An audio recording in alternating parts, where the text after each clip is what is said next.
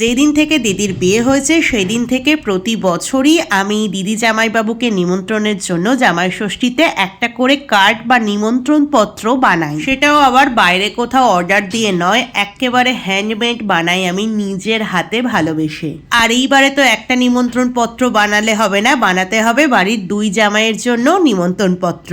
আরে আমার জামাইটাও তো আছে এই বছর, ইনক্লুড হয়েছে লিস্টে। তবে এইবারের কার্ডে একটু ঝামেলা আছে, যেহেতু দুটো বানাতে হবে, কারোরটা যদি একটু খারাপ করে ফেলে কারোরটা ভালো করি তাহলেই ঝামেলা।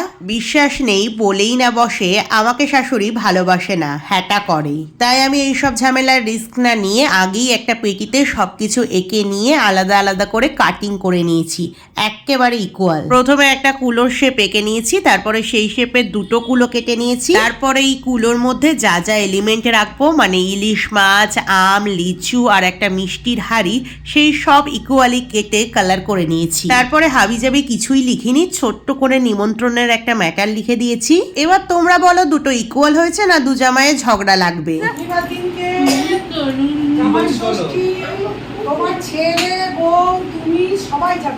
সব শেষে তোমাদের সাথে নিমন্ত্রণের পর্বটাও শেয়ার করলাম, আর আশিস দাও তোমাদের আগের 3 বছরের কার্ডও দেখিয়ে দিল যেগুলো আমি বানিয়েছিলাম।